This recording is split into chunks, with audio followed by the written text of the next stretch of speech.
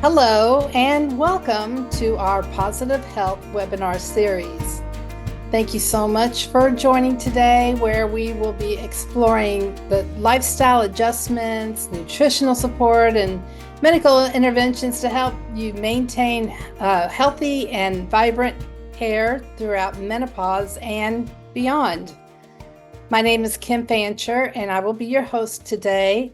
And we here at Positive Health are just so honored to be able to bring experts in to share some really great information on menopause topics that are important to you. So now I would like to get us kicked off. I'm very happy to introduce Dr. Ben Behnam as our presenter on this topic of menopause and hair loss. Dr. Ben graduated summa cum laude from UCLA, and he attended the UC Irvine School of Medicine and did his dermatology training at UC Irvine School of Medicine with the distinction of being the chief resident in his senior year. And during his residency, he was among few in the country to be awarded the Skin Disease Education Foundation Resident Award. Thank you so very much, Dr. Ben, for being part of our Positive Health webinar series. And I think our listeners here would really love to learn more about you and how you got started in this space. Hi guys, well, thank you so much for having me. I'm Dr. Ben. A little about myself. Again, I did go to UCLA for undergrad. I ended up doing my medical school and residency at UC Irvine. And I have a twin brother, Dr. Sean. We both together decided to focus on hair when we graduated. And the reason was because there was no one really trying to do much hair loss or focusing on it back in 2008 and 2009. So we made our life mission really to get in the field, understand it, and really contribute positively to the field, which I think we have done that in the past 16 years by really making happy it, which we have touched the lives of tens of thousands of patients and really coming up with some protocols that a lot of other doctors are currently using around the country.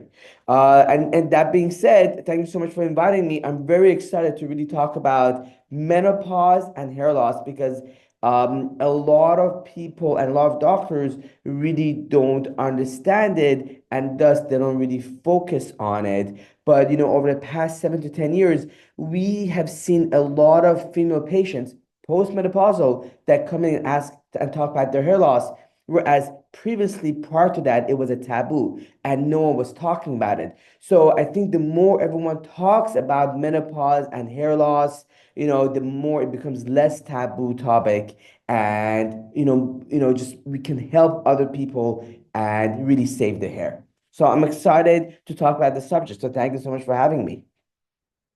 Let's go to the next screen. Okay, so what is menopause? So what happens during menopause is actually very simple. You've had, patients, have had the same estrogen and progesterone and hormone levels for the past 50 years. And all of a sudden, some of the hormones drop off. And when that happens, that's really shaking the body and rattling what's called the equilibrium. And it's that change that's really causing an effect on your body and your hair. That's really the simple explanation of what menopause is. In details, what's going on is that there are three main hormones. There's estrogen, progesterone, and testosterone. We all know that testosterone is important mainly in guys because that's like the male hormone, but females have testosterone too. But that level of testosterone pretty much relatively remains the same throughout patients in their 40s and 50s. But what's changing is your level of estrogen and progesterone. So when patients are going through menopause, and they're perimenopausal and they enter menopause, the levels of estrogen and progesterone drops.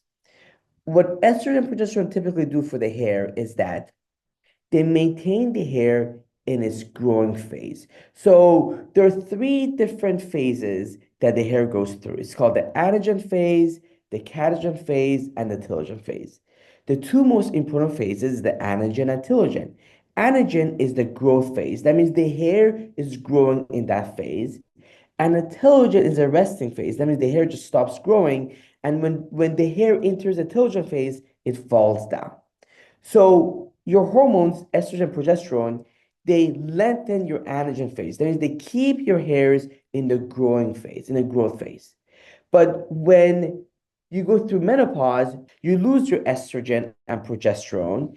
As a result, you're losing those stimulants that are keeping your hair in the growth phase. So your growth stage shortens and the hairs are shifted to the telogen phase, which is the resting phase, and that's where they fall out. Also, what happened to the testosterone that the testosterone levels remain the same, but the fact that your estrogen and progesterone level reduces, the ratio changes and the effect of testosterone becomes more pronounced. And we all know this, more testosterone means that testosterone is going to lead to more hair loss.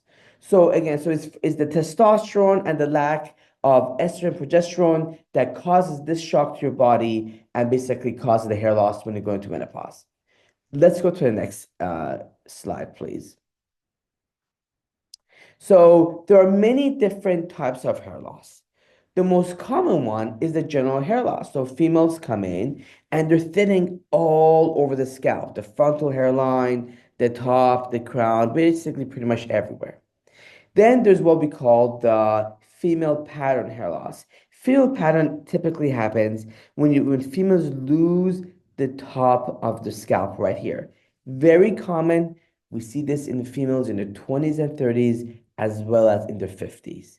And this is really due to the fact that you're losing, that estrogen and progesterone, and also some patients are genetically predisposed to losing their hair. So is the genetics combined with this with change in your hormones that's really causing that. And then we have telogen effluvium. Telogen effluvium means that if there's any shock that basically any shock could cause you to lose your hair. So for a simple example is like a rapid weight loss. If you lose, let's say 30 pounds in a month, that's a shock to your system and it could go into telogen effluvium. That means a lot of your hair shifts into that resting telogen phase that we talked about earlier, and then you lose it. Pregnancy is another very common cause of telogen effluvium, car accidents, and sometimes menopause could be such a shock. The plummeting of your hormones could be such a shock to your system that it could cause you to go into telogen effluvium. Next slide, please. So that being said, and then there are also other factors than hair loss. So we definitely know that different ethnicities have different hair loss characteristics. So, for example, in African Americans, we know that they also tend to lose their hair basically in the frontal hairline and it goes back. Some of that is related to what's called traction alopecia. That means if someone traditionally would put the hair in braids, in tight braids, that will basically cause basically the hair to go back. So the traction along with the plummeting hormones could basically lead to a faster loss of hair. Delayed diagnosis. I mean, unfortunately, a lot of patients, they go see the doctors and they're not diagnosed early enough. And again, there are many reasons. For example, sometimes their thyroid level could be off along with their other hormones, so they don't get thyroid checks, so that will delay the diagnosis. Sometimes, the doctor just check the estrogen or progesterone, or they don't know if the patient is perimenopausal. So delayed diagnosis could worsen the situation because the earlier you can basically intervene with the hair loss medications, the better you're gonna be. That means the more you save the hair at the beginning, the better you're off you're gonna be. Mental health. We know this for sure that mental health could impact your hair.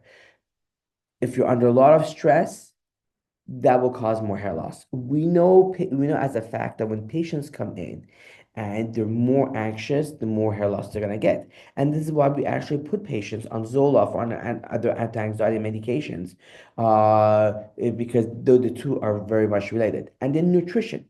Nutrition is very, very important, especially around the menopause. I always put my patients on like high protein diets because you need the protein basically to cause more hair growth. So that's really, really critical. So, and also a lot of patients have a low vitamin D, low iron, and low zinc, and that's what we check. So when you come into a doctor, we'll check your hormones, we'll check your thyroid level, we'll check your vitamin D, your iron, because those are essential in making in basically producing really good hair and also improving the quality of your hair and the texture of your hair. So if you're missing those very important ingredients, no matter what you go on, your hair is not going to grow out. So nutrition, and your diet is very important. Next, go to the next slide, please. So let's talk about diagnosis and evaluation. So it's very important to really identify the cause of hair loss because there are many different types of hair loss. And identifying the cause is going to allow us basically to treat the root and the problem of the hair. So it's very important to actually see a dermatologist so they could do a thorough examination of the hair. So what I do when someone comes in, I look at the frontal hairline, I look at the top and the crown. And what I'm looking for is, again, the different type of hair loss. Are they having a very specific type of hair loss known as it happens in African Americans in their 50s and 60s and 70s, and which is prominent mainly in the crown area and is a scarring type of hair loss that happens in a very specific type of ethnic group. So again, or maybe they're having bald patches all over the scalp, which is known as alopecia areata, which is more of an autoimmune condition. So it's very important to do a thorough examination to see exactly what you see. Then we basically do a history. Has there been any traumatic events? How's your nutrition? Are you currently taking any medications? Because we know certain medications, like blood pressure medications and chemotherapy medications, will cause hair loss. Or have there been anything else in your life? Again, have you been doing Ozempic? Have you lost a lot of weight recently? Have you gone into a car accident? Or have you been hospitalized? I recently saw a female patient who was losing a lot of hair, and I was trying to go through history, and I really couldn't understand why she's losing a lot of hair, but she didn't tell me that a few months ago she tested positive for the BRCA gene and needed to have a double mastectomy, and she had a significant amount of hair loss that started 6 weeks after that. So traumatic events like that will cause massive shedding. So, and then once we go through the history, we really want to basically recommend tests. Sometimes you need a biopsy of the scalp to really determine if you're having scarring hair loss, again, especially in older African Americans, females, or maybe do a biopsy to figure out if you're having alopecia areata or is this a normal female pattern hair loss. We also do lab tests to check vitamin D, iron, zinc levels, and definitely thyroid levels. Those are very, very important. And again, it's very important to really distinguish between menopause and other type of hair loss. But a lot of patients are genetically prone to hair loss. So some patients will tell me, Doc, like my dad is bald, my mom has thin hair. I've been losing my hair, for the past 20 years. But the second I had menopause, shedding significantly, and that's due to the levels of estrogen and progesterone basically shifting around your body. Let's move to the next slide, please. Okay, so so now that we've looked at the hair and now that we've done some lab tests, what are the solutions to hair loss? How do we get your hair back? So let's move to the next slide, please. So, so there are topical treatments, oral treatments, and then there are more natural ways of doing things. So topically, so the medication that has been around for a long time topically is called minoxidil. It's known as Rogaine. Has been around for many years. Minoxidil, the way it was discovered was because there was a blood pressure medication in the 1970s and 80s known as oral minoxidil. And oral minoxidil, people realized that when you took it, it caused a lot of hair growth. So then companies made the topical version known as Rogaine. And there's the 2%, and then there is the 5%. The 2% is targeted for females, the 5% is targeted for males. I typically recommend females to start doing the 5% Rogaine, and this is a really good start. It does basically increase the anagen phase, which is the growth phase, and it does cause hair growth. Um, There's non-prescription strains like the 5% of the counter, but there's also prescription strength minoxidil like 6% or 8%. We typically recommend the 6% for females because the higher concentration could cause more peach fuzz on the face. One thing that we should note is that the minoxidil, you have to do it every night. You have to be consistent with it. Um, and obviously, if you get benefits from it and you stop the medication, you're going to lose those benefits. Then another medication, and so then there's the topical minoxidil. Then there's also oral minoxidil, which I love for females. I put a lot of females on oral minoxidil. Oral minoxidil is a blood pressure medication. So side effect includes lowering your blood pressure, but it really does do a really good job at causing the hair to grow out. The downside of it is that it could sometimes cause a little more peach fuzz all over the body. It could lower your blood pressure, and some patients could have an initial hair shedding from it. Then the next medication that's been pretty popular is actually spironolactone. Spironolactone is a testosterone analog. So what it means is that, as we know, testosterone could cause thinning in both males and females. So by blocking testosterone, it could actually cause more hair growth. Spironolactone is another blood pressure medication, just like oral minoxidil. We use it off-label for hair growth in females. Um, it doesn't work as good, in my personal opinion, as oral minoxidil, but it's still a good option. So it's around, and sometimes we might use simultaneously oral minoxidil with oral spironolactone at the same time. Then we have another medication called finasteride. Finasteride is a testosterone blocker, so it prevents your testosterone from being converted to DHT, and it's DHT that will causes the hair to shrink and miniaturize. Finasteride is an FDA-approved medication for hair loss in males. We do use it off-label for females who are above age 50, that means menopausal, and honestly, it works great. I have females that in their 80s that are using it and they love it. We don't typically give it to females with a history of breast cancer, and we sometimes may combine the oral finasteride with oral minoxidil. Dutasteride is very similar to finasteride. It also inhibits the enzyme that's responsible for converting testosterone to dihydrotestosterone, which is responsible for causing hair loss. But instead, it's been shown to actually suppress this DHT production more compared to finasteride. So it technically is a better drug. And again, I do put a lot of females on dutasteride as well. Now, nutrition, really, really important. Again, we need to check labs on females to make sure their thyroid is okay, check their iron level and their vitamin D level and their zinc level. I typically recommend every female to take a multivitamin along with the vitamin D. I also recommend increasing the protein. This is really important. No matter how much chicken or fish and avocado and cashews you eat, which are great and you should, for some reason females over 50 don't get enough nutrition and collagen and protein. So I typically recommend like a vegan protein or pea protein. I really don't care about the brand. And have them make a smoothie every day and drink it. You can also add some collagen to it, collagen powder to it, and drink it. And I think that really helps, especially if you do it for 3 to 4 months. And again, so besides the protein, adding the vitamin D and multivitamin is very important as well. Let's go to the next step, please. Next slide. So let's talk about the Happy Ed. So I started Happy Ed in 2020.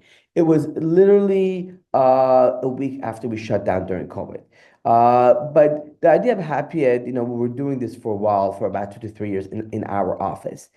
Why Happy Ed? So we had a lot of patients on oral medications, but some patients had side effects. So we want to come up with an alternative, a topical solution that didn't have a lot of those side effects. So we came up with our first formula, which was a lot of those medications we talked about, the topical finasteride minoxidil in a topical version. So patients have to apply to the scalp and not ingest it orally.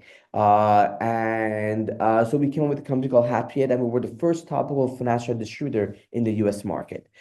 And I remember my first ever patient that bought it online was a female back in 2019. She was from San Francisco, that she didn't want to take the pills. So the way it works is that, and again, we had this product in our office for a couple of years, but a lot of patients were reaching out to me from other states, and they want to get the product and they couldn't, get their hands on the product. So we made Happy, which was our nationwide distributor, to really make it easy for patients to really get their hands on really good topical medication for the hair. So it's very simple. You log in, you do a very simple questionnaire, and you fill it out and basically submit your photos. And then a dermatologist will look at your history, medical history, and your hair loss pattern, and based upon that, customize a product just for you.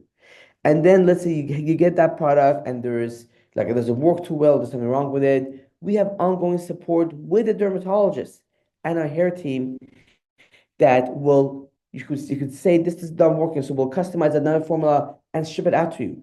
We understand that every person is unique and different, and every hair loss is different. So we don't have one size fit all for everyone. Our product is really customizable for everyone. We have over, I think, 200 different customizable solutions basically for our patients. And we only use really board certified dermatologists who really have gone through a rigorous dermatology, rigorous training just for hair. So they understand hair. Our product is very high end and is customizable. Let's go to the next page, please. So, and what we're really seeing is that out of all those medications, the drug dutasteride is really much more effective than finasteride. So happy, and we're in the forefront of the hair loss industry, and we have dutasteride, whereas really no one else has it. And dutasteride seems to work, basically block the DHT, like around 90 to 98%, whereas the other drugs only do about 70%. And it's actually 3 times stronger in blocking some of the enzymes than finasteride. So dutasteride is a much better drug. You get much better suppression of the hormones, the bad hormones, and you see results in 3 to 6 months. Let's go to the next page. And our dutasteride is really combined with minoxidil, retinoic acid in a very in an aloe base. So it's easier to use with less irritation and better results. And all of our products are prescription grade and they're backed by science and a lot of clinical studies. When I started Happy Ed, my intention was to create a company that's basically only backed by data. And this is the result of it. So guys, I'm going to open the floor to any questions that you guys may have. Okay. Well, that was awesome, Dr. Ben. Appreciate all the information presented. And we do have some questions to share with you. And one that comes to mind for me, as someone who has gone through menopause, and I did experience, like clumps of hair loss, and I was pretty much writing it off to stress and thinking, this is something I just got to deal with during this time, and things will get better. But if I were to work with a dermatologist like yourself, and I noticed, like, in some of your information you said 3 to 6 months to see results. Is it ongoing beyond that? I mean, to continue not having hair loss, or is it a temporary type of situation? That's a great question. So you got to remember that there are many reasons why people lose their hair. And the menopause is kind of like the straw that breaks the camel's back. So, but there are other reasons: nutrition, prescription medications, stress, um, and genetics. So all those other factors, along with you going to menopause and the hormonal change, is what's really causing that massive shedding. Which means that let's say if you were to go on a medication and you kind of alleviate the symptoms of the menopause, you still have those other factors going on. So this is why when some patients will go on the medication for about 6 to 9 months and the hair loss gets better, but when they come off it, the hair loss begins again because you still have many other factors playing that's causing that hair loss. Now, your hair loss may not be as severe as before, but it's still going to continue. And also with hair loss, Um, Unfortunately, once you start a medication to maintain that growth, you really got to continue it, because if you stop, if because you're always at a constant war with your body and your hormones. So if you take the medications away, guess who's gonna win? You're gonna lose that war. So, and this is the same thing for guys. I have a lot of guys that come in their 20s, early 20s, and they're losing their hair. And I tell them, look, once you go on this medication, it's practically for life. And the same thing happens basically in postmenopausal female as well. Well, that makes a lot of sense. Thank you. I got a question in here around, hereditary hair loss. Do the suggestions that you have work for women with hereditary hair loss or history of hair loss in the family? Yes, absolutely. Yes. The medications definitely do work, both the topical and the oral. Again, my recommendation with females with hair loss is that one, you gotta have your labs checked. Well, a couple of things. First, you gotta have your scalp checked. Make sure that, is it genetic or do you have some other autoimmune issues going on? Number two, have your lab checked, check your vitamin D, iron levels, star levels. And then number three is the medication. So there's topical and oral. And really, some patients are really split. Some patients only want to do topical, which is fine. And some patients want to do oral, which is great. So with the oral, you either have oral minoxidil or finasteride, either one. My preference of choice for postmenopausal females is finasteride because it's really inert drug. We just do not give it to females with a history of breast cancer. Oral minoxidil could sometimes cause blood pressure changes. So you have a female who's 75 and who's very petite, that's not necessarily a good thing. But finasteride really doesn't affect your blood pressure at all. And then and then you have the topical, and so sometimes some females just prefer two topicals. And degree of and upon the degree of the hair loss, some patients may do both topical and oral. And remember, nutrition is also very important. Taking your vitamin along increasing your protein uptake is really, really key to have good success. Okay. Um, some cultures believe in making homemade collagen, and any thoughts that you have on purchased versus made at home? As long as a good collagen, I really don't care. I mean, it has to just be good and pure. I'm fine. Yeah. Um, And also, I think some cultures also think that you want to put a lot of stuff in your hair. And then some of them do work and some of them don't work. So, for example, rosemary oil, there's some good results. There's some studies that show they could actually be somewhat effective. So, pumpkin seed oil, rosemary, those are good. I mean, there's some cultures also put avocado and eggs in the hair. And, those we're not really sure. At least there hasn't been clinical trials to show that they could be effective. Okay. How about minoxidil causing itchy scalp, or is this probably a menopause symptom? No, so minoxidil could be irritating. That is true. So, especially the higher the dose, it could be more irritating. That's where our topical actually is based in the aloe base, so it reduces the irritation from the high dose minoxidil. Okay. Um, so if you're post ER or, something like that, or breast cancer, should you avoid just the finasteride or? Yeah, so yes, so if you look at the original finasteride clinical studies, there were a couple cases of breast cancer in the guys that happened both in the patients that were taking finasteride and the patients that were on placebo.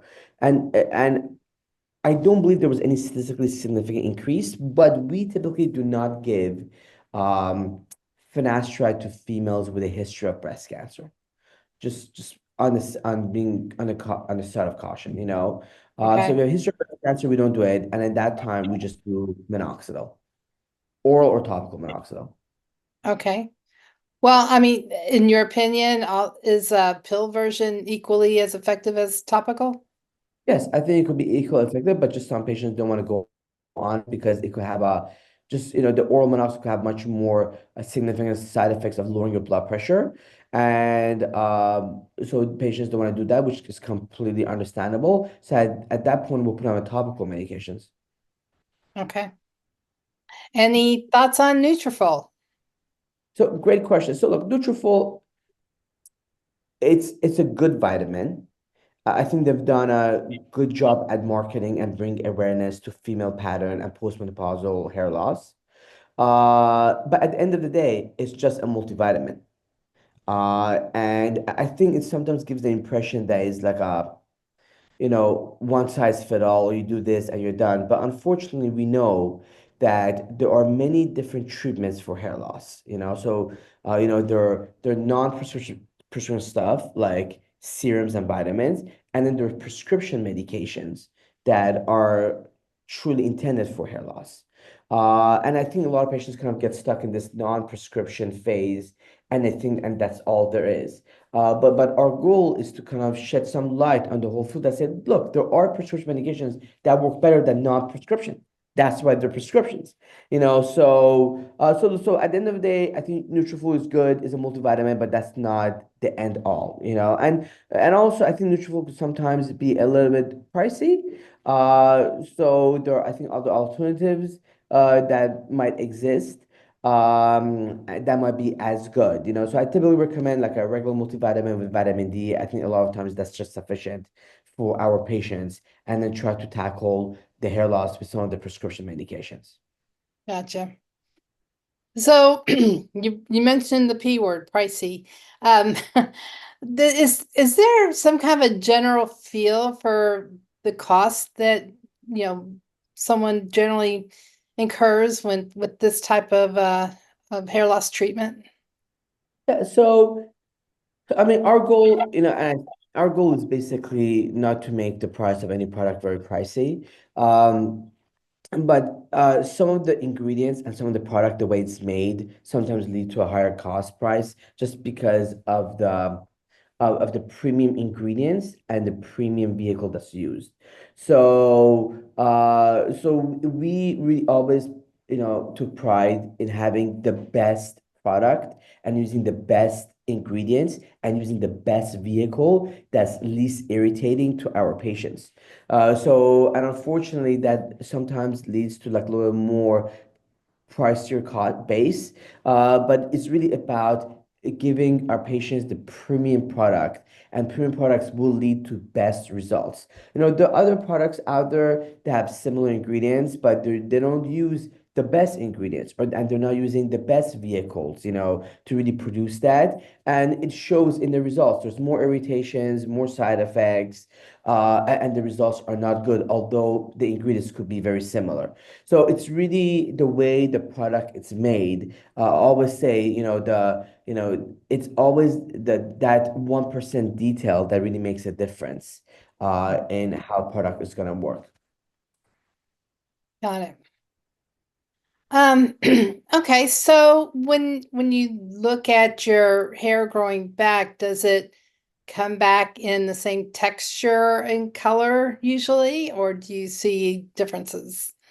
I think some patients sometimes will see differences because although the medication will cause the hair to grow back, what has also happened is that your estrogen, progesterone are still low, and those are needed to give you good texture, the shininess of your hair, just the overall quality of your hair. So I think those are important, and those we're not changing because we're not adding estrogen, progesterone to your body. So I think the hair will come back, but the texture could sometimes be different, and the color could sometimes be different. Yeah, and But sometimes look, it's I good. always say, hair is Sometimes I hair, like it that way. Exactly. Hair is hair, exactly. As long as you got it, look, the kids have caused me so much gray hair, but you know what? I still have it, I'm happy. Uh, so, do you have any statistics to share in regards to the percentage of women that can be successfully treated?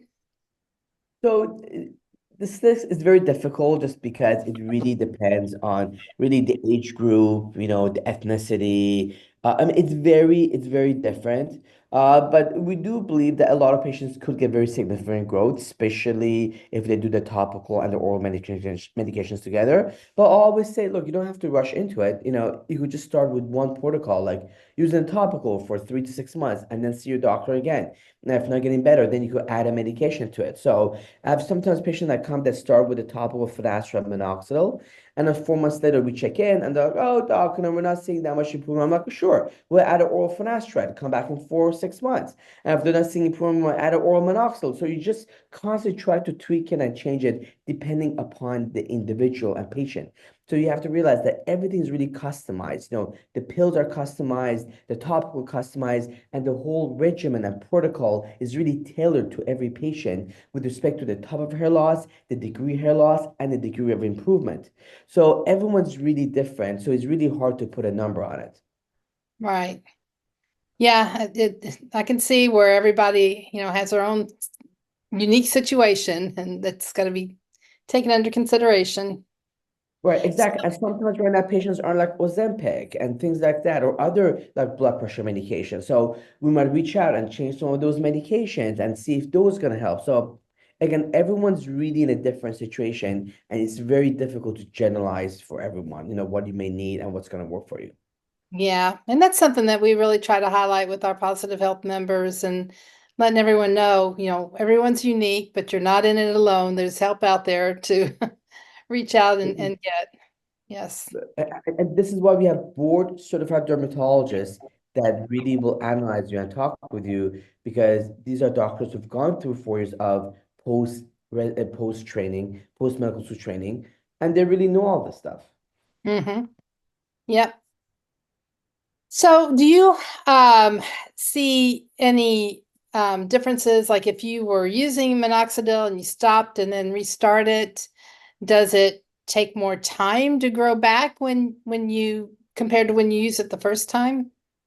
That's again, I think it's very different on everyone. I think something might take longer to grow back, and some patients will see the same exact robust hair growth as they did the first time. Yeah. And then one last question I have here in the chat, anything to help identify high quality collagen powder?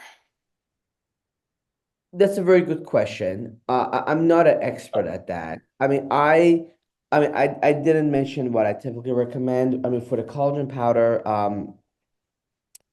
there's a couple out there. I just don't want to be an advertisement for them, but there are a couple good really brands out there. But the protein also is the same thing. Just a good protein brand, like a vegan protein brand. The one that we don't recommend is a whey protein isolate. So stay away from the whey protein isolates. But like I typically like Orgain vegan protein. You know, I just like it. I think it's a good brand. A lot of my patients like it. Um, and make a smoothie out of it every day and drink it. And for Oh, the collagen, the Vital Proteins brand. Again, I really have no affinity to it, but it's a good brand that a lot of people like, and it's very easily, readily available at pretty much everywhere. But you can really use okay. whatever you want, as long as it's good. Okay. Well, thank you so much. I believe I've gone through all the questions in the chat. Are there any questions that you normally see come up that we haven't addressed today, or some of the You more asked common questions? You asked really a lot of good questions. The question a lot of people ask is, why can't, if they go back on estrogen, progesterone, will get their hair back? And as you know, that has been a controversy for many years, hormone supplementation in postmenopause. And I'm pretty sure you guys have covered this in other webinars as well. Um, and that's a very good question. I mean, the problem, I usually don't recommend it. I mean, I usually have my patients see a specialist in that field if they want to go back on it, because years ago there was this questionable risk that if you add progesterone, estrogen, it may increase risk of breast cancers, and now we know more about the BRCA genes and everything. So I don't mess with hormones. I never change. I don't intend to change testosterone level. I don't intend to change your estrogen, progesterone level. We want to cause the hair growth in other ways rather than changing those. But always seeing a doctor who's specialized in those may be helpful to guide you in the right direction. Okay. And the other question I always get is like, again, do I have to use this forever? And the answer is pretty much yes. And the other question I always get is that, is it better to use the oral and topical together, or is it better to use them individually? And the answer always is that the combination therapy always works better, which means that if you combine topical and oral medication, you get that synergy, that you get better results. And we see that clinically. I mean, I've had patients who've been on finasteride for 20 years and it stops working, and you add topical finasteride to it, all of a sudden you get this robust hair growth again. So that synergy really does help out a lot, but again, is not for everyone. And you really have to have your doctor really customize it for you. Well, that's great to know. Great to know. Okay, well, thank you again, Dr. Ben, for all this wonderful information. We really appreciate all your time and your knowledge that you shared with us today. Thank you so much for having me. This was great. I hope it was very helpful for you guys as well. Absolutely. And I just want to mention a few things here. You know, we at Positive Health here try to use the power of webinars and podcasts to help build awareness on some very important menopause related topics. And we do have a YouTube channel available out there for everyone to go out and look at all the different webinars we've done over the past year. And we'll be including this recording as well very soon. And so we encourage folks to go out to YouTube. You can look at our channel is at Positive Health /videos if you want to go out to your YouTube browser. And then coming up, as I mentioned, we use podcasts as well. We have a series, and we were able to spend a lovely 30 minutes with Dr. Ben to talk about various things, more about menopause and hair loss. So you can listen to his hair restoration journey story out on our Positive Health podcast series, where you can find it either at our website at positivehealth.com/podcast or any of your other favorite channels like Amazon, Apple, Spotify, and iHeartRadio, and just do a search on Positive Health and it should pop up for you. So take a listen to that. And then if you're not a member of Positive Health, or maybe you know someone who could benefit from the services provided, you can go out to the positivehealth.com/membership site to join in. I see on the slide here, we've got it available until December 31st, but we have extended that out to June 1st. And you'll find information about Happy Head and what Dr. Ben's organization has to offer for our Positive Health members. And then I also want to mention we have a community that you can join in as well, you know, just to share some stories or maybe learn about some new resources that could help you out with your journey. And if you're interested in joining that community, you can just send an email to info@positivehealth.com to get started. All right, I believe this wraps us up, Dr. Ben, and I love your ending slide here. Let's get growing. They're growing. And hair Yeah, happiness here. That's what I really love. Hair happiness. You hair want to have happiness. yes, hair happiness. Well, guys, thank you so much for having me. Well, thank you, and I hope you have a fabulous day. And thank you, everyone, for joining.